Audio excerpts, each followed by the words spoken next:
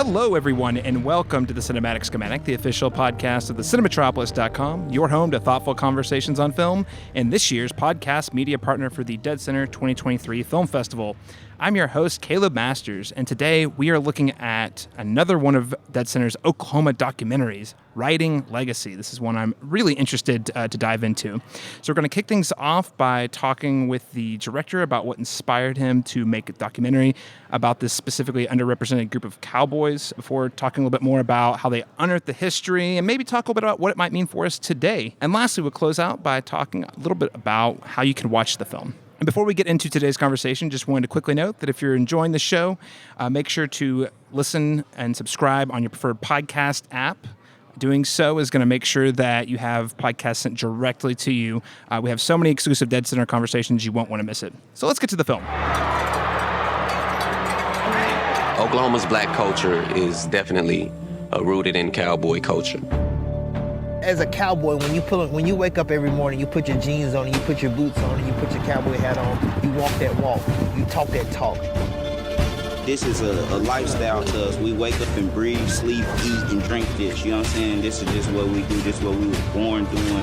This is what we was raised up on. According to a shortened version of the description from the dCenter website, Riding Legacy is described as a documentary about the Oklahoma cowboy community that has existed since the early 1850s. The team began documenting the rodeo season in 2022 from April to September, and the documentary highlights the origin of black cowboys and cowgirls, the black rodeo community, and the future of Oklahoma black cowboys and cowgirls who ride professionally and locally. And joining me today to talk about the film is Kian Taylor, the film's co-director, editor, cinematographer. Kian, welcome to the show. Hey, thank you, Caleb. Thank you for having me. So I hear this is your first film in dCenter. First film in dCenter, first film ever directed. Hey-o, congratulations, man. Thank you so much. I find this whole subject really fascinating. My dad was a big John Wayne fan growing up, and I kind of went through the phase where you resent cowboys for a while because your dad liked him so much. Right. But now that I'm getting older, more curmudgeon, I'm like, there's something interesting here. So when I saw your film on the schedule, I was like, this is interesting because we really don't see black cowboys in media hardly ever, and outside of being underrepresented in media, we don't ever talk about it in history class. So I want to hear about what excited you about this specific subgroup, or digging into the subgroup. What about this project interested you? Well, there were multiple variables that I was interested in highlighting in our film, and you hit it right on the head in regards of just the underrepresentation of the black cowboy in media. Just like you said, we normally see the John Waynes, the Clint Eastwoods. Throughout history, that was something you rarely see, was the black cowboy. And so growing up here in Oklahoma, being an athlete, I had friends that, played football, played baseball. And then when they would go home, they would, tend to, raising horses with their fathers or grandfathers, something that they've been doing for generations. And so now becoming a filmmaker here in 2023 and having friends that partake in that particular lifestyle, I was just interested as far as capturing the athleticism part of it, because these are guys that, for example, Ronnie Davis, who is a former D1 athlete, played at the University of Kansas. He now rides today in the Pony Express with a group called GHB, Go Hard Boys. And so he trains the same way, like as if he was playing football. He walks his horse, he works out with his horse, and things of that nature. And so I really wanted to, capture the athleticism side, as well as, find some professional riders that we can highlight as well in our film. A couple of the professional riders that we were able to document is a gentleman by the name of Donnell Tipton, who's a professional bull rider, won a few world titles, as well as Torrey Johnson, who currently rides in the professional circuit of steer wrestling. Oh, wow. So how did you go about, A, finding and B, recruiting, I would call them unicorns? We were traveling through the black rodeo circuit last year in 2022 from April to September. And so as we were going around with our cameras, people, there was a few people that were, shying away, like, oh, I don't really care to be on camera. However, there were individuals that were not afraid to be on camera and come talk to us. And so even as we were filming and documenting the experience, we were learning. Myself, I've never been to a black rodeo until last year. Wow. And so as I'm traveling and as I'm documenting, I'm learning. And so as I'm learning, that's where our stories slowly, started to come together, and like the right people eventually, came together as well. Because as we were documenting we would do we'll do an interview with someone like, okay, you need to go talk to this person, you need to go talk to that person, and then essentially it formulated a little community amongst like us, in regards of us being a film crew, as well as individuals that have amazing stories that, we could talk about and put it on the big screen. No, I think it's great. And again, the subjects you found really are unique and create a pretty powerful narrative. But it sounds like you set out to do a documentary about the athleticism. Did you find that some of those other themes about representation kind of found their way into the process later? Like, how did you sort of discover the kernel of the main thrust of the story? I think that was just something that we all can agree, and we all know that there's the lack of representation in media, period. Not even just in the black cowboy world, but just a lack of like black filmmakers in general.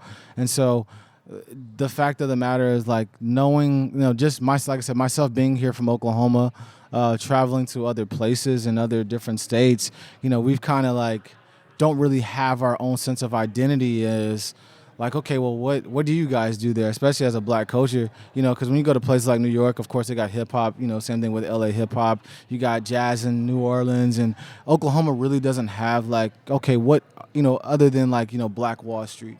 So, well, one, being a filmmaker, looking for those types of stories, because the stories I would like to tell are stories that, essentially are about, African-Americans, black individuals that are from this particular region. Now having that community and going out and learning more about the community, it more so inspired me to make sure that it's glorified to the level to where it's now becoming about black history, and drawing the parallel to where people from other states, when they do see this documentary, it's like, well, wow, like, that is amazing that Oklahoma is actually, a dope state to go to and just see, black people or people of color to do amazing things, and as well to be respected on the same level as, like, the same way we respect like an NBA athlete or a major league, baseball player, NFL athlete as well. But then also too, drawing that parallel within like that black history of like, hey, there's people that have been doing this for years that we never even knew about. Paving the way to kind of popularizing the rodeo sport. What would you say, out of curiosity, and this is coming from a place of ignorance on my end, having never been to a rodeo personally, what would you say are sort of some of the key skills, like in terms of athleticism, that doing a rodeo requires? I'm just curious. Wow. If you come out to a black rodeo, which I highly recommend that you do, matter of fact, right now there are rodeos going on now and throughout September, so you should definitely check one out. But there's multiple events that go on at the Black Rodeo. I'll use one, for example, that was created here in the state of Oklahoma. The Osaka tribe actually is one of the first tribes that formed this particular attraction, which is called the Pony Express. And so Pony Express was adopted by the Black Rodeos. A gentleman by the name of Reggie Williams in our documentary goes really in depth in regards and talks about how it was the origin of that particular sport. What you can see, like the athleticism is like, so basically the Pony Express it's like a it's equivalent to like a 4-man relay race in track. You've seen track, right? Oh, yeah. Okay, so handing off a baton, 100 meters, and then hand off the baton to somebody else. So in the Pony Express, it's an 8-man team that will go around 4 barrels, and there's a barrel in the middle. And so it's basically to mimic the Pony Express, like for back in the day when they would travel from state to state and deliver mail. So they would carry the baton. The baton is essentially the representation of a male. Yeah. And so they would go around these 4 barrels, and they would hand off the baton to their teammate. And so sometimes you'll see maybe 4 horses piled up around this baton, and a rider having to reach across 2 horses to hand off their baton to their teammate. And you'll see clips like that in our film Riding Legacy. And so the amount of athleticism it takes to do that, and just the risk taking behind that, because you can seriously get hurt out there. And they're traveling, and don't quote me on the number, about 30 to 40 miles per hour. Like that's insane. Exactly. While trying to pass off a baton to your teammate, as well as operate this horse and keep it from crashing into one another. Man, that's really impressive, and you definitely have inspired me to go check out a black rodeo. Just a type of spectacle I have not fully appreciated until I saw your documentary, frankly. So what would you say is one of the key learnings you took? This is being like your first feature film. What would you say is one of your key takeaways about filmmaking? One of my key takeaways from filmmaking is in order to elevate, you definitely need expansion. And what I mean by expansion is definitely having a team. You can't do everything. I come from the world of freelancing. I'm actually a content creator currently right now on the Pivot podcast, as well as I'm the content creator for Ryan Clark's DB Precision. And so in those particular spaces, I typically, I'll go out, I'll film, I'll edit, I'll do the sound design for whatever content that we're putting out. And now sitting in the director's chair, for my first project, did I direct it? Did I, DP, as well as I was a camera operator, plus I was editing? Due to the lack of budget that we had on this particular project, yes, we did it to get it done. However, though, I know that, these amazing film pieces that we love, these beautiful quality put together pieces that we see on Netflix, I understand why they look the way that they do. I understand why they sound the way that they sound. The color correcting and color grading aspects to film, these are done by teams and teams of people. And so for myself as a first-time filmmaker, as well as, me as a future filmmaker, I definitely learned that, definitely going to have to expand, grow that team, and, learn how to put out beautiful projects amongst a multitude of people. Yeah, great takeaway. Kind of like, the first time you kind of figure out what all the mechanics are, and you're like, wait a second, you could do that better. That's cool. No, I think that only spells exciting things for the future of your next projects. Absolutely. I want to start to wind down, but I did have a couple last questions I wanted to ask you. And again, I think this question is more for listeners who maybe aren't as engaged in the cowboy community. What does it mean to be a black cowboy or cowgirl in Oklahoma in 2023? What does it mean to be a black cowboy, black cowgirl? Or your take on it, at least. At least my take.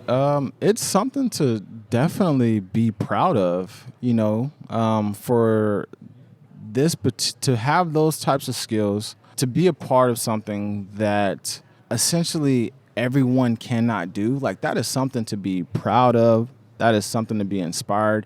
And now you essentially have a job to do, a responsibility, especially those that are riders that have been around for decades, or I'd even say within the last 5 to 7 years. I feel like they all have a responsibility to do, because now with this film being put out, and now it's able to be seen by, young children from, all ages, as well as on a global scale, the way that, we carry ourselves in regards to going to black rodeos and being a part of black rodeos, as well as the representation that we have of ourselves as black cowboys and black cowgirls, to the entire world. I think that, it is important that, or I'm not a black cowboy, but for those that are there, you definitely have to make sure that, we continue to, push it forward and be a beacon for those that are up and coming.